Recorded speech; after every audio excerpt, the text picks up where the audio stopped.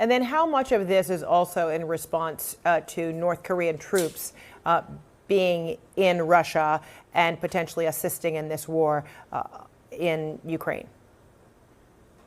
A lot of it has to do with the fact that the North Koreans are in Russia doing this and providing support to the Russians and probably joining them in a military sense. So what the Biden administration is signaling is that that kind of addition to the Russian war machine is unacceptable to us. We don't want foreign troops coming into Russia, supporting the Russian war effort. And the North Koreans are the first ones to do this overtly, at least. And the signal to the North Koreans, as well as the Chinese, is not to support the Russian war effort, at least not that overtly. What are the potential repercussions if North Korean troops are also taken out along with Russian troops, even though the targets, as you said, would be logistical targets?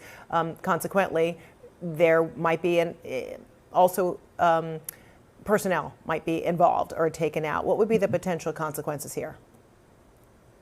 The potential consequences could be somewhat far-reaching. It's possible that the North Koreans could react against South Korea, for example, or against U.S. troops in South Korea. So this is definitely a possibility that I'm sure the Biden administration has considered, and I would suspect that they have also increased their defensive capabilities in South Korea as a result of this decision.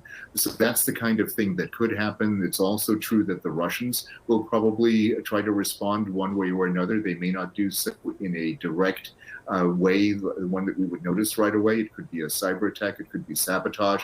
Those are the kinds of things that we could expect Russia to do.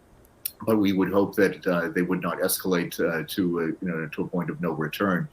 This is the kind of thing that the Biden administration has sought to avoid until now, when it's become pretty clear that the Ukrainians are having difficulty not only in Kursk but also on the eastern front in the Donbas region.